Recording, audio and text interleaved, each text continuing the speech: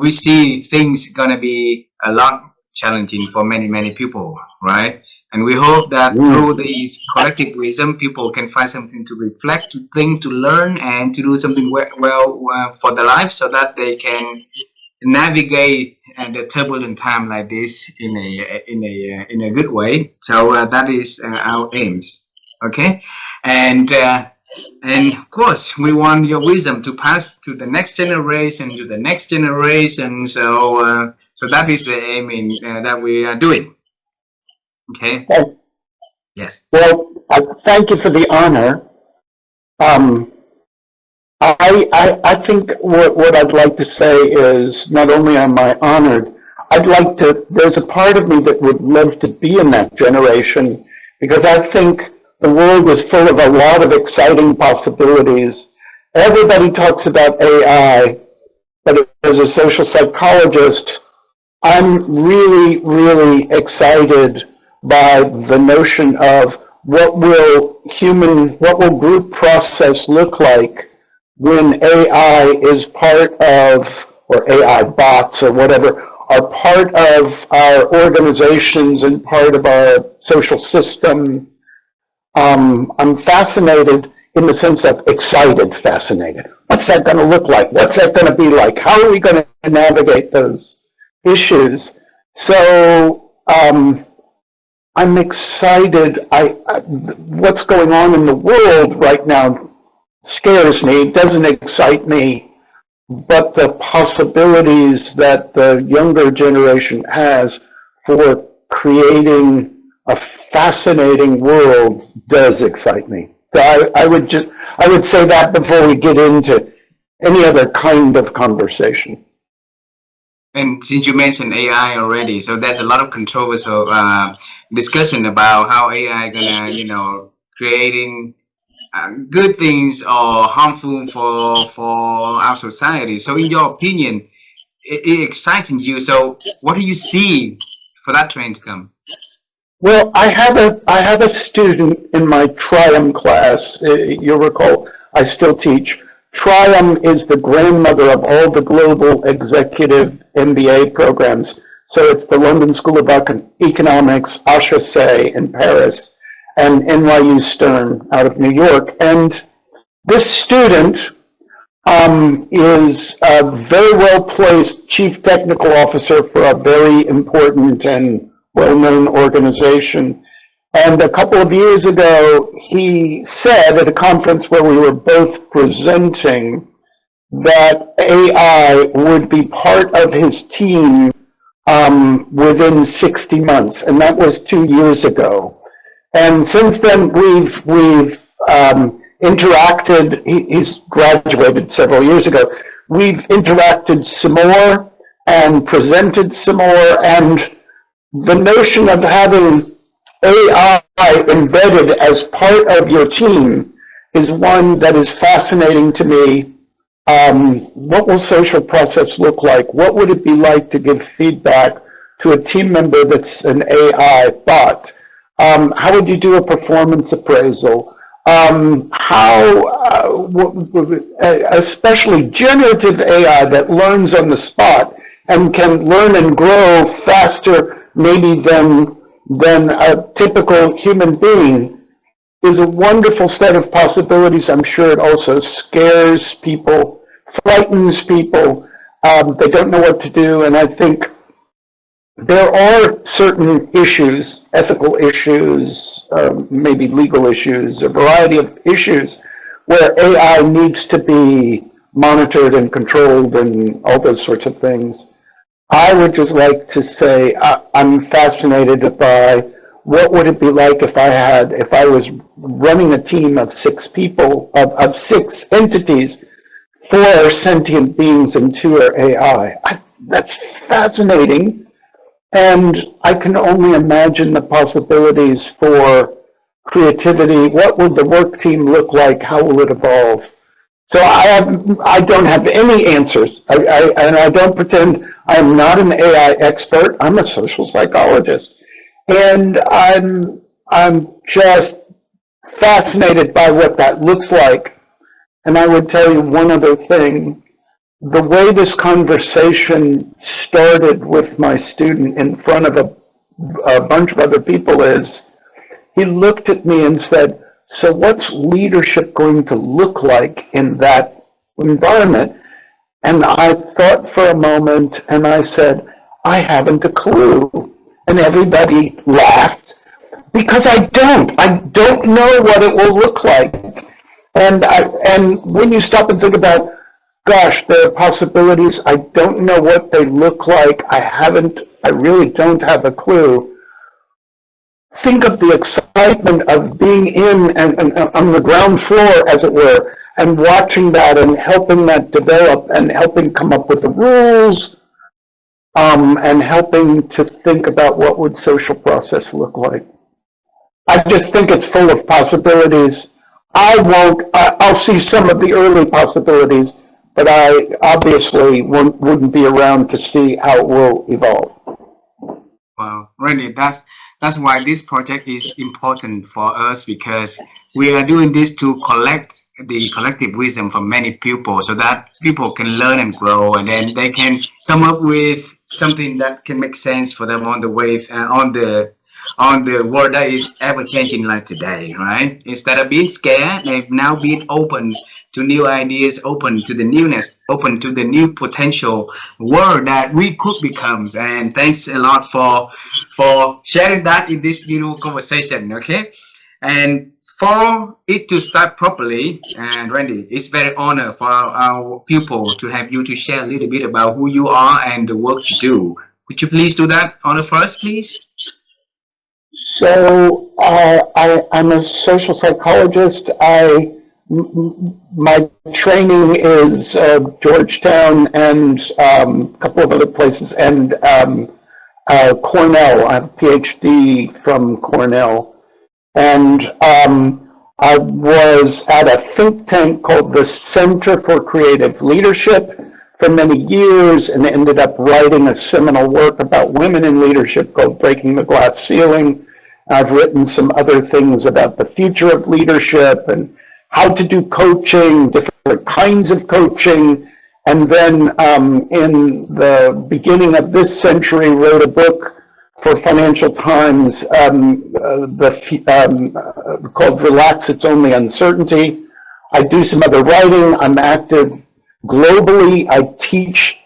About 80% of my teaching is outside of North America, primarily in Western Europe, but some in Asia, and Western Europe and the Middle East. For the last 15 or 16 years, I've spent an awful lot of time. I've watched an awful lot of young people become mid-level and then senior leaders. The question that has driven me throughout my career is around what I would call the tournament model of leadership, where people enter the tournament model of leadership. It's a lot like a tennis tournament. There are seeded and unseeded players, and everybody has to show up and play a match. I'm fascinated where people who enter that tournament come from, what their background is, how they prepared for that, what their unique experiences are that got them ready for that tournament, and what helps them to continue to learn, grow, and change, which I believe is the most important thing about being an effective leader, is you have to be able to learn, grow, and change. And so that's what's driven me.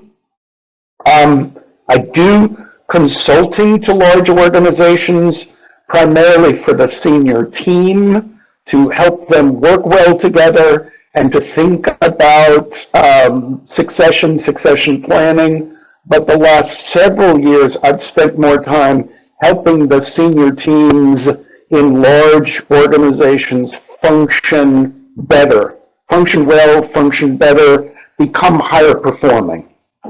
And I live out of a suitcase because I go to where the clients are. They don't come and lay on my couch. I go to them and I work in situ. And I often I do work with individuals. That is true.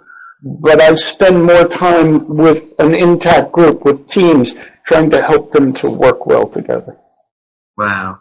So majority of the works are on the leadership levels. To have them change, then they will create the change down to the organization, make the workplace better for everyone else.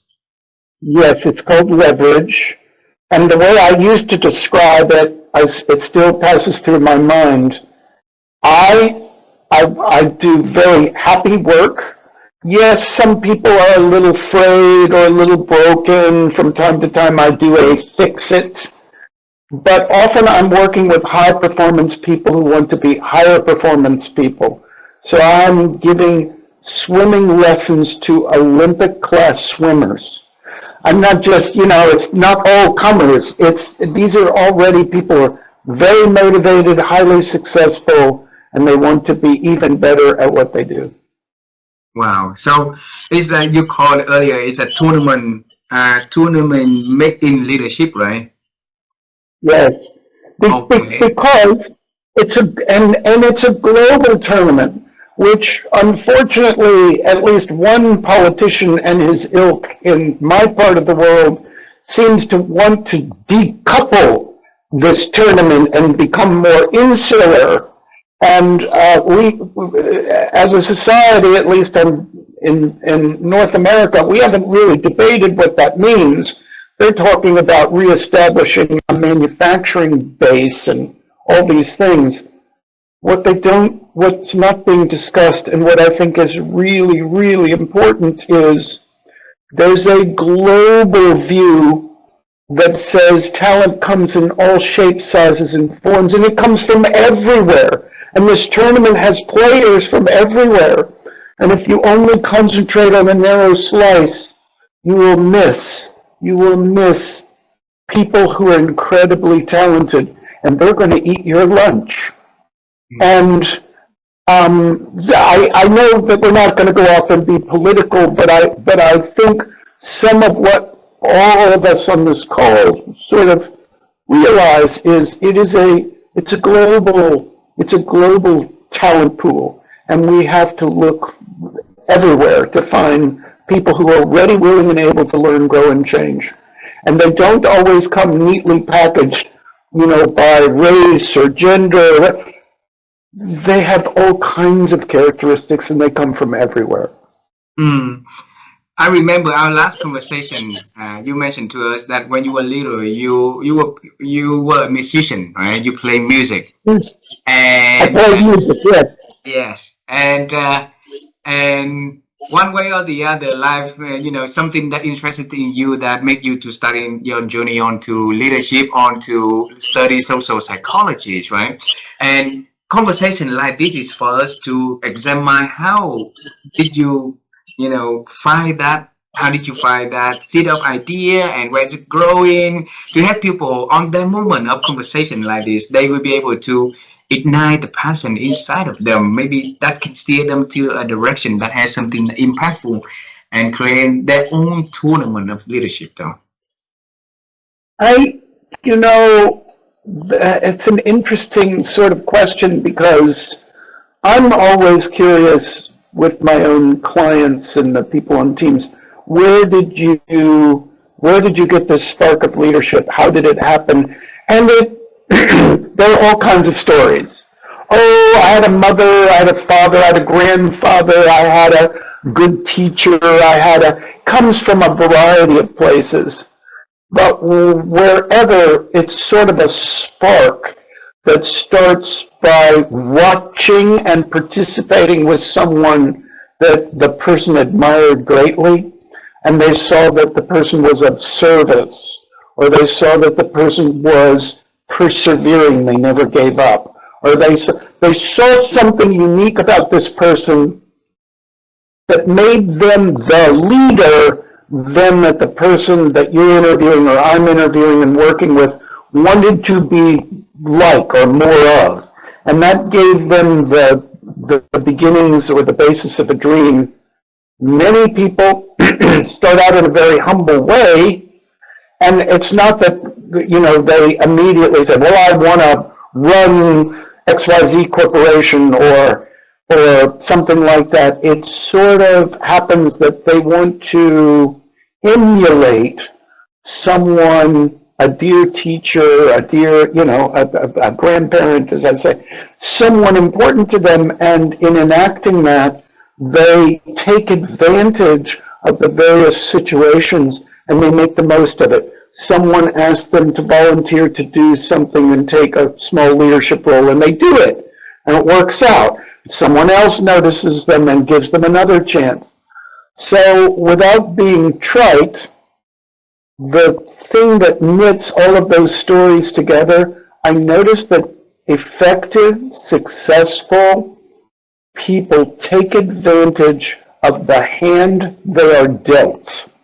They take advantage of the situation and they make the most of it. They make the most of it, and they're in the moment. Yes, you and I can find people who are leaders, sometimes good, sometimes not so good, and they've always sort of aspired, I want to be in control, I want to be in charge. And sometimes that works out. I find the people who a little more humble, a little more unassuming, more service-oriented, think the servant leadership model, but not always that way. Those are the people, as they take advantage of that hand they are dealt, they rise to these positions and they make a big difference in an organization or in a society. We want to hear one story from your life that you meet those kind of people that has changed and make an impact on you. Can you share a story like that?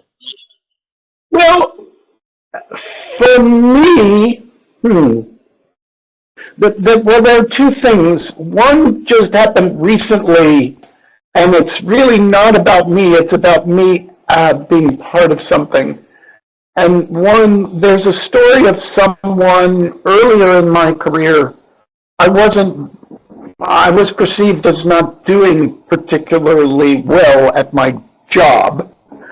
I think I was, but my supervisor didn't think I was being very productive. I wasn't getting enough written. I wasn't doing this or that or the other. As you can tell from this interview, I'm very verbal. I think out loud. I'm extroverted. And there was a man who's deceased now. And his name was Bob. I'll just leave it at that. And Bob was the former, you'll be able to find him if you look hard, former director of Peace Corps training for the U.S., and I happened to be working around him. We weren't working together at that point in time. But he saw that I was struggling, and I think he went to my boss and sort of stepped in and said, why don't you let me work with him? Why don't you move him over and let me work with him? And what Bob did is he put me back in the classroom instead of just sitting at a desk trying to write. And he helped me in a variety of ways to find my voice. And in working in the classroom and teaching some things that I knew and being open to listening to people in the classroom and building on their ideas, I found my voice and I've never been a great writer, so I don't want to suggest that I am. But it helped me sort of unblock myself and start writing. He believed in me, and he also was a very humble and unassuming man. If he were still alive and we told him that story, he would probably blush because he wouldn't want to take credit. And I was one of many people that he sort of salvaged or believed in, and he helped me, or I wouldn't have gotten here. Now, may I have permission? I want to tell you a second. Please. Second thing. So this last year, there was someone that I worked with in Doha in Qatar. And he had been away doing a variety of things, and he came back to another university in Qatar. And he reached out to me and said, I have an opportunity for you in Oman. By the way, I'm very impressed with Oman. I've had the opportunity to teach in Oman in the past, but I hadn't been back since the pandemic. So I haven't been back to Oman since like late 2019. So it had been several years. So I got to go back and work with 50 of the brightest kids. They're kids to me. 50 of the brightest, they're adults. Their ages 25 to 34. There are 26 men and 24 women, and I was given the honor of teaching them leadership. I need to tell you, I've never, by the way, the Royal Academy of Management, RAM, in Oman, helped to select and supervise and design and run this program. The program was in 3 parts. They actually all went to Japan together. They did all kinds of things. But I got them at the end of their program to teach leadership. I was so impressed. I still am impressed. I'm impressed with their backgrounds. I'm impressed. They're all Omanis. They work in different ministries and different organizations. What I need to tell you is that group, yes, younger than me, less experienced. If you want to talk about wisdom, maybe they don't have wisdom yet or those sorts of things, but their raw talent and their willingness to learn, they really represent to me the reason that I teach. And so every class, every group has an impact on me, every group. And that is, I believe the people in my class know more than I do about a lot of things. So what happens in my classroom is we create a safe space to share ideas. Yes, I know the literature and the research and things they don't, but they have experience and they're poised to learn, grow, and change. So we create a community, a learning community. And I still am impressed with that program. I still am impressed with the people in the program. And it took a lot of insight and smarts on the part of the Royal Academy of Management and all the people, some of whom I didn't meet, who helped to pick these people and design this program and pull it off. And they are the future. There's a woman who is supposed to teach from outer space, Krista McAuliffe. She was in the Challenger. That was the ship that blew up. And after she passed away, school teachers in the United States created a little bumper sticker. It said, "I touch the future, I teach." And when you stop and think about that, as a teacher, whether I'm in a formal classroom or I'm working with a senior team or whatever, I touch the future, I teach. These are people who are going to go out and have an impact at an organizational level on many people and on policies and on society, and I get to contribute by working with those people. And these 50 Omanis, it was just magnificent, marvelous. Yeah. That's who you should try to reach out and find out more about the Royal Academy of Management in Oman. I'm impressed. You will be too. Absolutely, absolutely. You touch the future that you teach also, Professor Randy, okay? And your life, you are a wise person. You have people to reach to realize the word of wisdom also. So I want to start with a simple definition, okay? In your own words, how do you define wisdom? I knew you were going to ask me this. And first, I want to make you laugh. My British colleague, who's a family member at this point to me, his name is Phil Hodgson, and Phil and I have written a couple of books together. And Phil used to use the notion of wisdom, and he would hold up his hand like this and go, "What I shall do on Monday." Wisdom. What I shall do on Monday. And when you frame it that way, you suddenly go, yeah, isn't wisdom having the knowledge and experience to be calm, cool, and collected, even in chaos, when everybody else is lighting their hair on fire, to know what to do when you don't know what to do. To know what to do when you don't know what to do, because you have experience, you have a sort of gravitas, and you understand what's urgent and what's important. And so you're the person that people look to with, okay, help us figure our way out of this situation. When we spoke last time, I believe, but am not sure, that I spoke about different kinds of intelligence, one kind being tacit, T-A-C-I-T, tacit knowledge, or practical intelligence, popularized by a man, Robert Sternberg, who's a past president of the American Psychological Association. Sternberg has been trying to define what tacit knowledge is. It's a sort of practical intelligence. It's knowing what to do. I actually believe tacit knowledge and wisdom must have some link. Mm-hmm. It's the ability, and you know it when you see it, because it's very difficult to measure.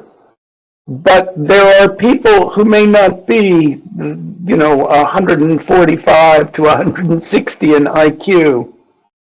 And they may even lack some emotional intelligence, but they have the wherewithal to go into an unfamiliar situation and bring calm and a collective view to what actions we need to take, even in chaos.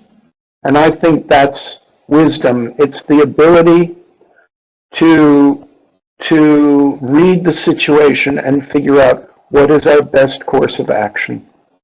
And to probably, a lot like the guy I told you about who saved my career, to look to each person in a unique way and try to find and get the best out of them. So it's like to know what to do, even when you don't know what to do, right? Yes. Yes. It's really, really, really hard for a lot of us to understand. For example, like me, if I don't know what to do, then I don't know what to do. Then I will be frozen. I will be like anxious. I will be worried. So what can I do for me in the situation that I do not know what to do? Then be calm, be ready, and start to make sense of things and know what to do out of that chaos. Well, now you're asking as though I would be good at it. I'm not. What I've noticed in working with people who have what I believe to be high tacit knowledge and its equivalent, or it's this notion of wisdom, is they have a calmness, even when, as I say, everyone else is lighting their hair on fire. The second thing is they are in the moment and they see the opportunity for what it is. It's a chance to help the organization, save the organization, move the organization forward, grow the organization. They may feel a fear, but they'll go forward anyway. And they have a sensitivity to sort of what the future might be. They're open, they're not frightened that they don't know. And one more thing, they don't try to solve this all on their own. They're wise enough to involve the right people in some sort of process. Not every process is the same. Some process might have more direction to it. Some process might be more exploratory with the group. But they're not afraid to involve others who may know more than they do about certain technical things, and they want to bring the best people together to try to solve the problem. Wisdom is knowing, I can't solve this, and I don't know what to do, but I do know how to get people together. I do know how to find talented people who can help us, and I will help to convene that. I will help to bring those people together, and together we will solve this problem. So when I listen to this conversation you just shared, it's mainly coming to my mind. The key word is observing. Be able to see. Be able to see the change, then stay calm and observe it. Be able to see the talents, the people out there that can be part of the problem solving team, and then invite them on to the journey for them to work together with us, right? Be able to see to observe our feelings, but then be afraid. It's okay to be fearful, but then do something anyway, right? And be able to observe and see the future from what we are facing at the moment. So that observation skill is important, Randy. And you met a lot of people, amazing people out there who are amazing leaders also. How do they sharpen their ability to see things, Randy? That's a really good question. I think wisdom, there is some experience base that happens. This would be my biggest criticism of, sometimes people want to criticize one generation or another for wanting too much too soon, or being unwilling to be a junior member of a team, or whatever. I believe that wisdom isn't just looking up information and having facts and figures at your disposal. I think wisdom is having insight that comes from doing things wrong, making mistakes, being willing to be vulnerable enough to say, boy, I did that wrong. Boy, I really messed that up. And so if wisdom comes from experience, you have to have some experience in order to do that. And experience is not a perfect teacher. In fact, it's an imperfect teacher. Sometimes from experience, we learn to do some things incorrectly and need some guidance to, correct ourselves. What I want to suggest to you is, I think experience is a way of acquiring wisdom, and you have to be open to it. You have to be vulnerable. You have to be willing to get some feedback from some sources to have a sense of things that tend to work and things that don't.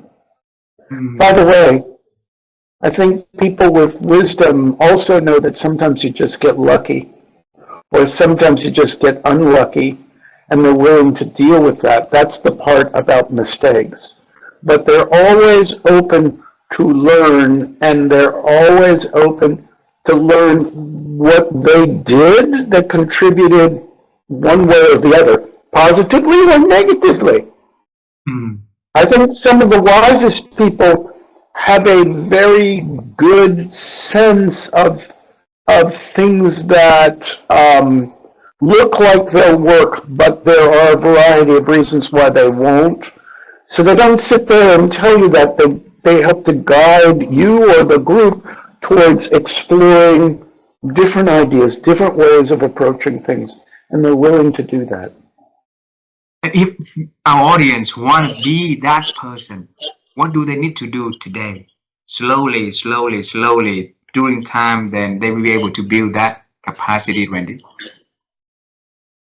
I really think that one way that we all need to do is to look inward. I've been accused recently of being, you're awfully process oriented, and I keep going, I think it's in understanding process and how human beings contribute to process, and things that work and things that don't work.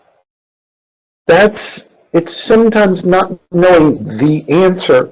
It's sometimes helping to guide a process where every voice can be heard, where we can build on one another's ideas, where we can try together, fail together, or succeed together.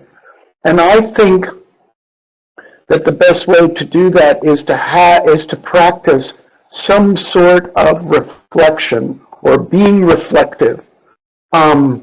Some people journal. Some people just meditate.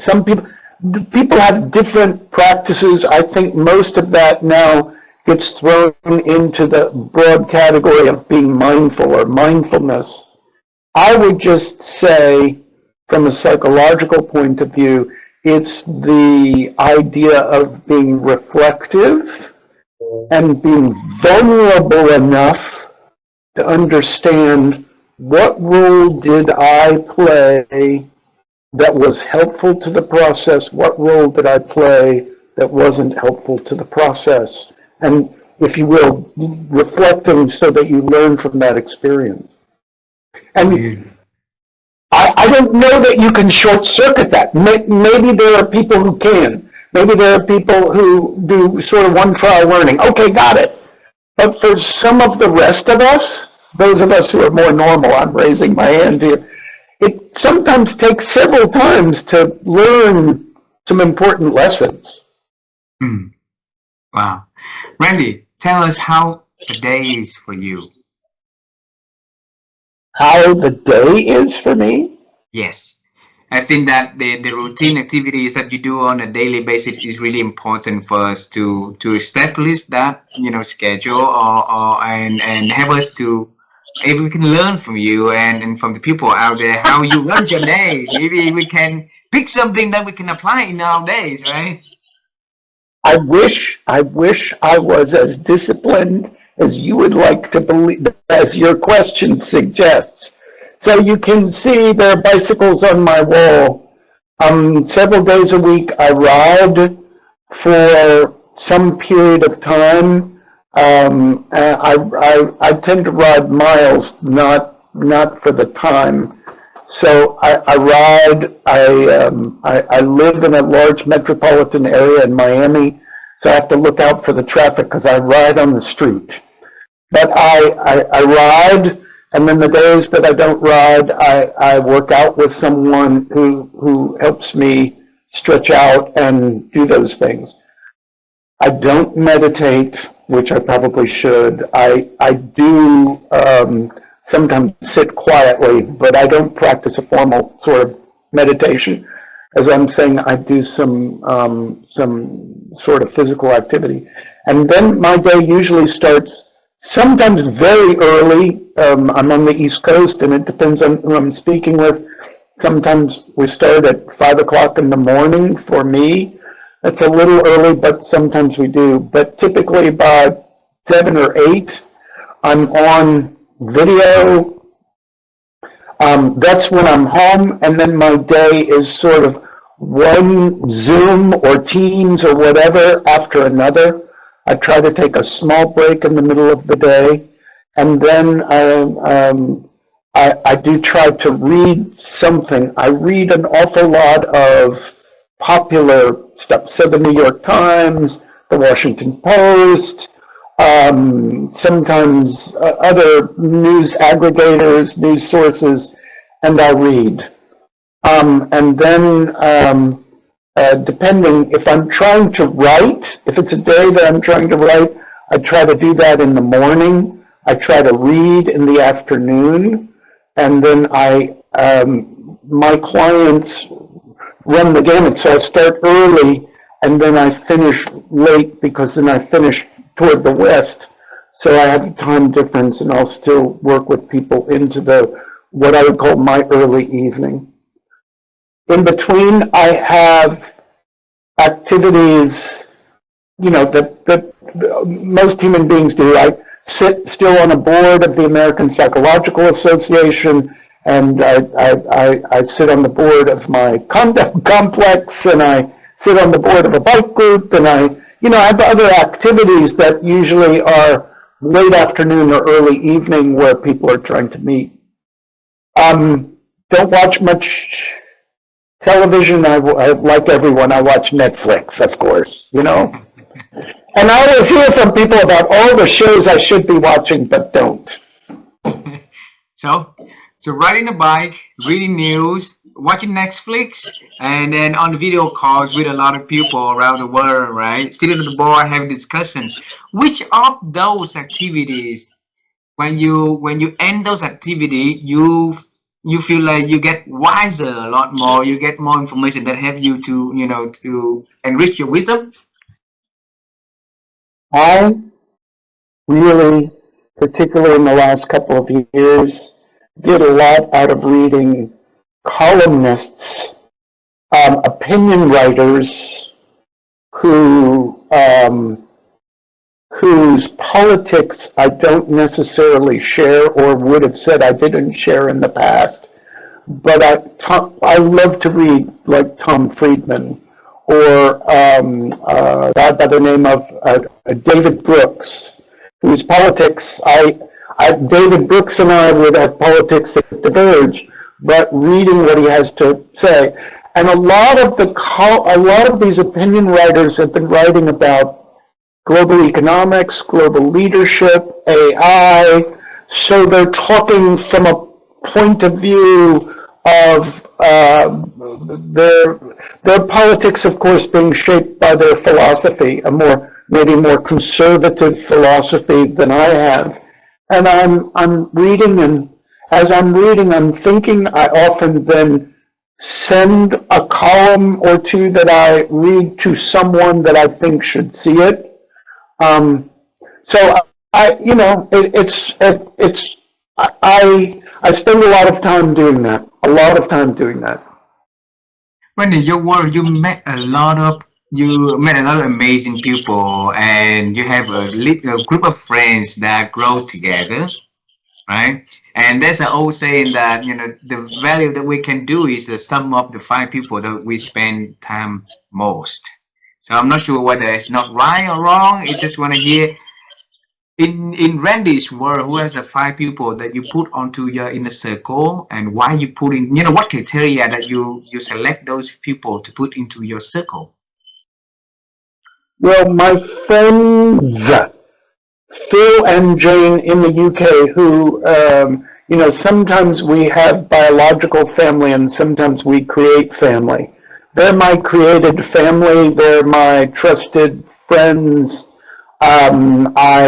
Phil is a polymath, and he's brilliant, and I'm not. And I've had the opportunity to write with him, and I check in with them with regularity, and they're really important to me, and I spend a lot of time with them.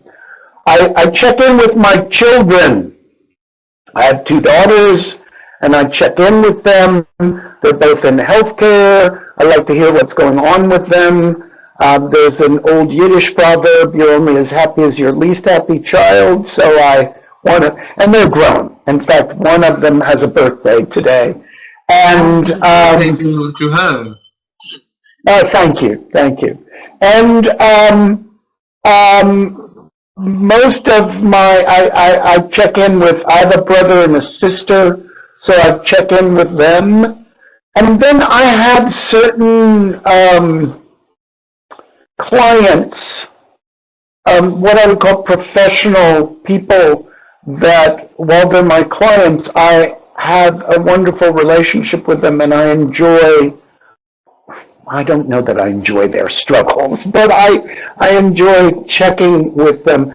And I have a couple of those clients who have become friends, and I'm doing less because of the psychological issues and things. Once you become sort of a friend, then we're not in a relationship where I'm giving advice or doing things, but I check in with them. So so I guess what I would tell you, my closest and longest term check-in is with Phil and Jane, these people who live in the UK. And that's nice because we don't live in the same country, and it always has been great to hear what they have to say about things. Phil Hobson, right? Yes. Yes, I know his name. Yes, there you go.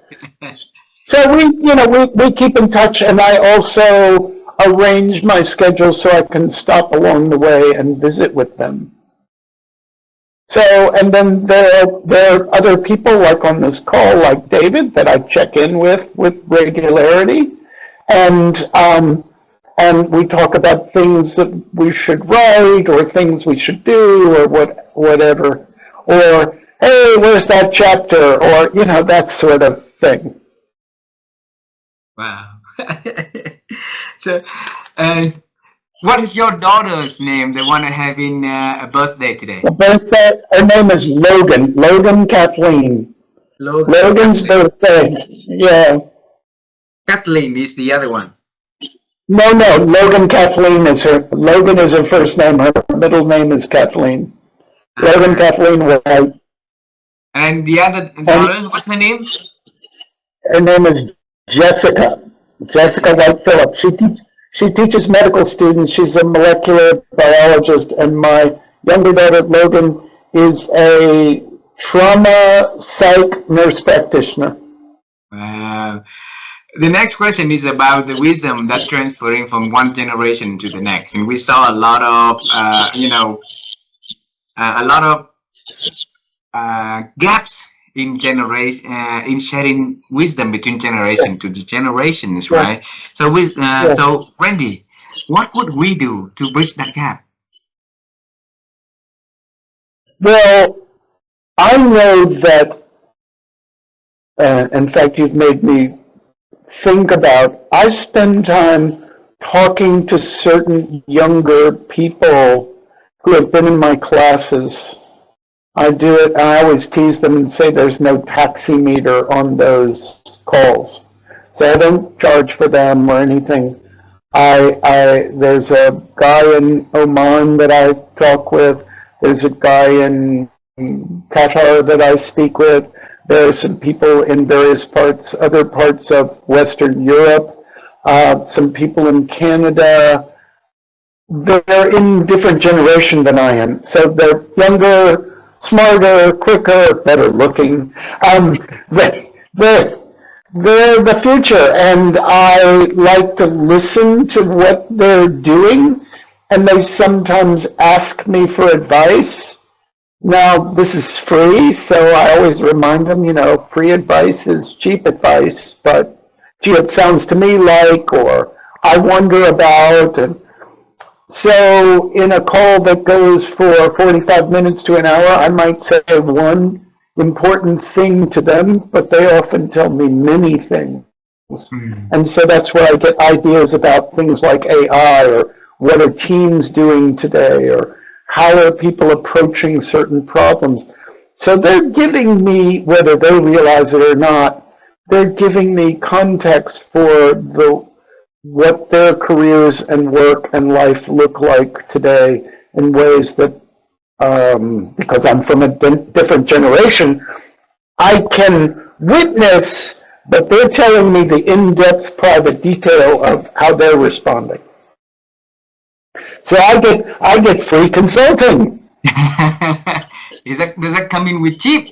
When you say free, it's cheap, so it's cheap. It's cheap, and it's an N of one. So you have to be careful that you don't get up and go, well, everybody, no, this particular person in this particular place, but it gives me an idea to pay some attention to. Then you have a very, very big curiosity inside of you, right? The curiosity to make sense of things from all sorts of information that around the world, around your life, and you try to reach out and try to find more information to fit your curiosity. So Randy, is it coming from nature or nurture first? Now, you know that paradigm has just been blown up. You may or may not be aware that we're beginning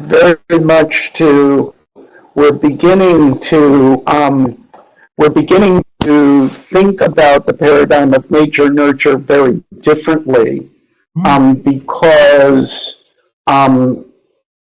I think we're moving towards a biological as well as situational view of how our responses are formed.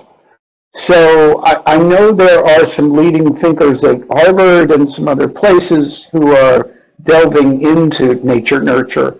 My notion would be that we come with a set of characteristics that allow us, if exposed in the right places, to make the most of the experiences we have. So I'm going to say it's nature and nurture. But you have to come with a certain predisposition. So I guess I would suggest that maybe along the way, when I was a kid, the way I was raised was to ask a lot of questions, and then to shut up and listen. Although that's sometimes been hard for the extrovert in me, but it's also, I was raised as a military kid, so we lived in a lot of different places. So I had to fit in a lot of, if you know anything about State Department kids or military kids, or they, every couple of years you move and you have to be a stranger in a new group. When you're a little kid, I don't think that's a problem. Once you start getting to be about 9, 10, 11, certainly as an adolescent, it's a problem because you're inserting into cliques or groups that are already formed, and you have to figure out a way to fit in. Mm-hmm. Well, if you just come busting in, you won't make it. So you have to learn, how do I use social skill to make a connection with people? And you know what? Get a person talking about themselves by asking them questions, and you'll make a friend. Wow. Wow. Wow. Just ask a question, then you make friend, right? Yeah. Yes, but don't ask a question you're not prepared to listen to the response. That's very rude. I think that's rude across cultures. And of course, North Americans are very rude, particularly Americans, because we ask too many personal questions anyway. But the notion is, if you ask a question, you have to be prepared to listen to the answer. Wonderful. Then for that, now two last question for this conversation, okay? Because in your life, right, that curious kid, Randy, when he was young, he was very curious about the world. But that's one thing he remains until now, is the curiosity for leadership development, helping people to understand more about that one. How did that, idea stay with you for that long, Randy? I don't know. It's a really good question, because people have asked along with that, how did you get the job you have? How did you get to do it? And there's a part of me that says, well, it was luck. I made the most of the hand I was dealt, I guess. But the curiosity overall, you remind me of a story that I hadn't thought about for years and years and years. And somebody asked me recently about curiosity, and I remember when I was a little kid, I pulled a sheet up over my head at night. I was supposed to be sleeping. And I had a flashlight, and we had a set of encyclopedias. And I would take an encyclopedia, and I would read through it with the flashlight under the sheet. I was just curious. And I have no idea why, but I was often curious about things. I was curious about going into space. I was curious, I remember that. I used to like transportation, so like lots of little kids, I was curious about locomotives. When we lived in St. John's, Newfoundland, there used to be a big steam engine that I could see from my house that would go by. Mount Pearl Park, St. John's, Newfoundland. And so I would read about it. Anyway. Who knows? But just think of a little kid underneath the bed sheet with a flashlight in the middle of the night. Imagine if your father or your mother figured it out. They probably did and just left me alone. I really don't know. Is a symbolic ticket to Mars still on your desk? There's a simple ticket to Mars. Yes. It's on my other desk. I still have it. Yes, I have it. I'd go get it, but it would take too long. I have a real ticket to Mars. I'm not kidding. Oh, Yes, I have a real ticket to Mars. I'm not kidding. You think I'm kidding? Do you want me to, can you pause this for a second? I'll go get it. yes, absolutely, please. Okay, wait a second.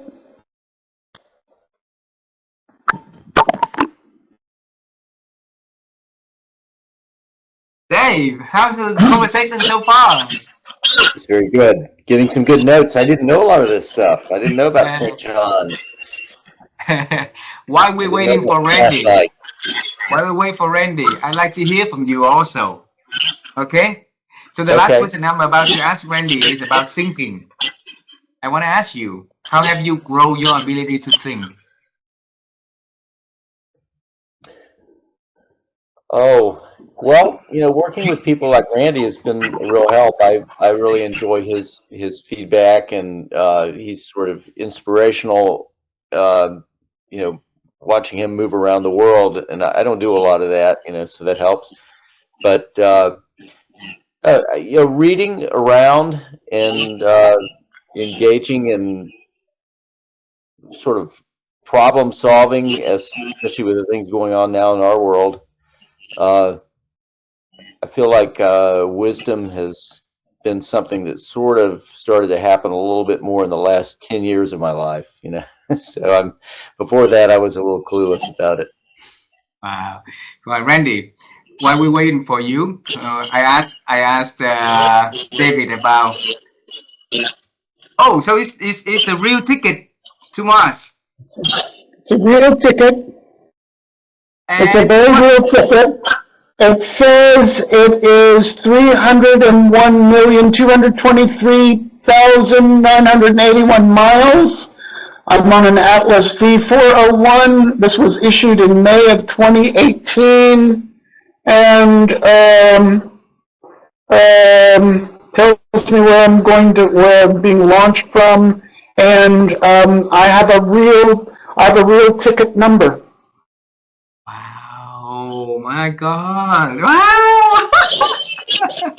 So when you sit, and it sits on my desk to remind me that I'd love to go.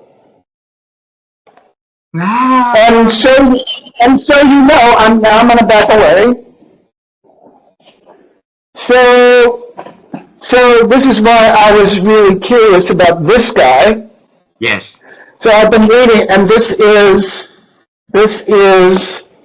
I got this signed by Walter Isaacson, who did the book. So I'm reading about Elon, who's a crazy man, but I didn't know that he would be this crazy. But interesting guy. That's what we didn't talk about.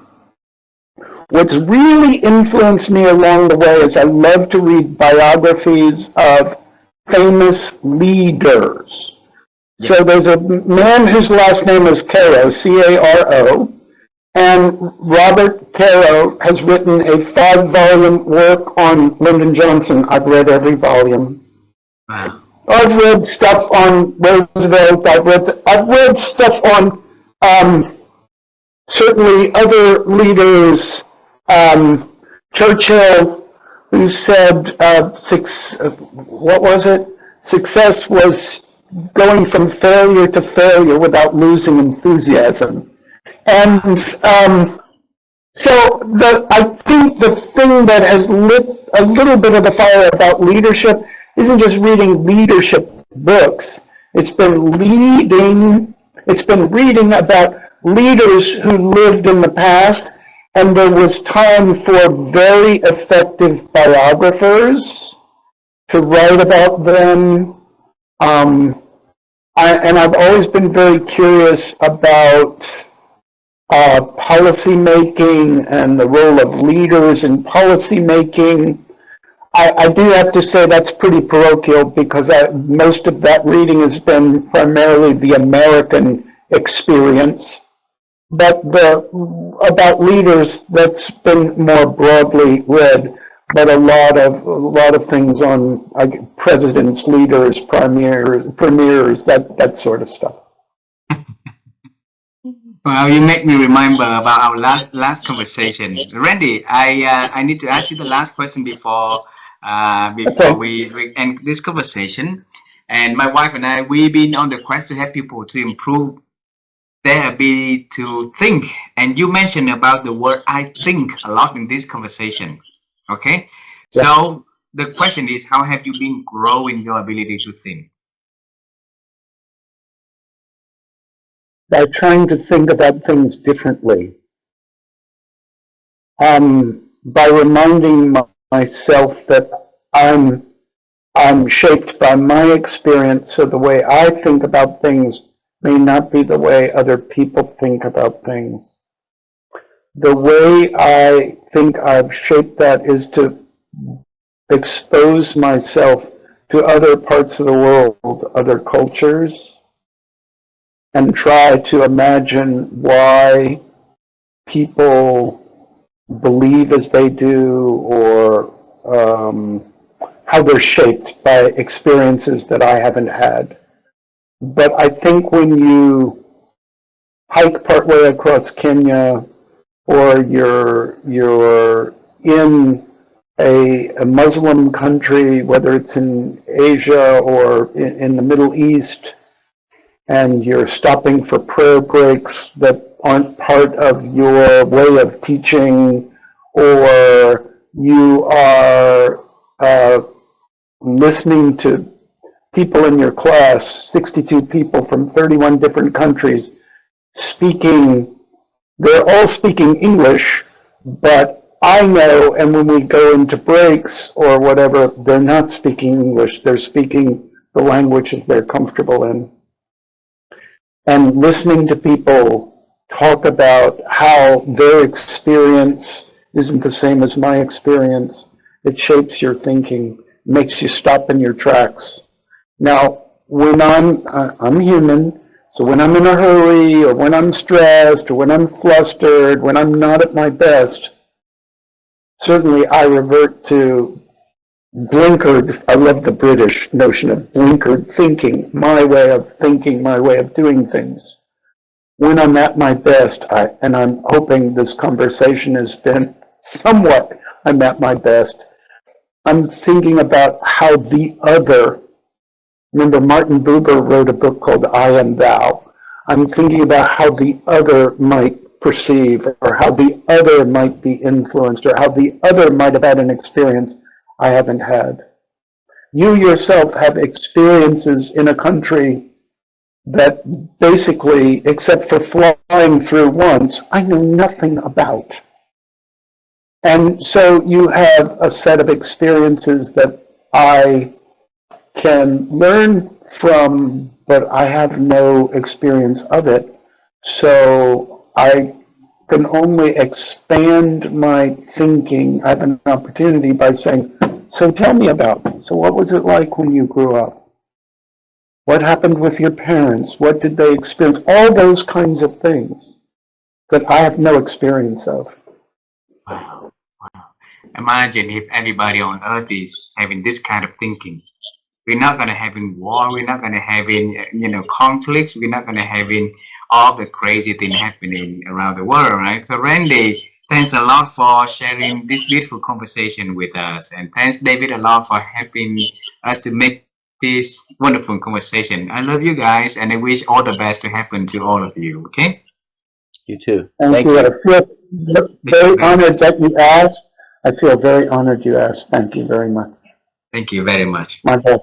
My best. Bye. Bye bye. Thank you. Thank you.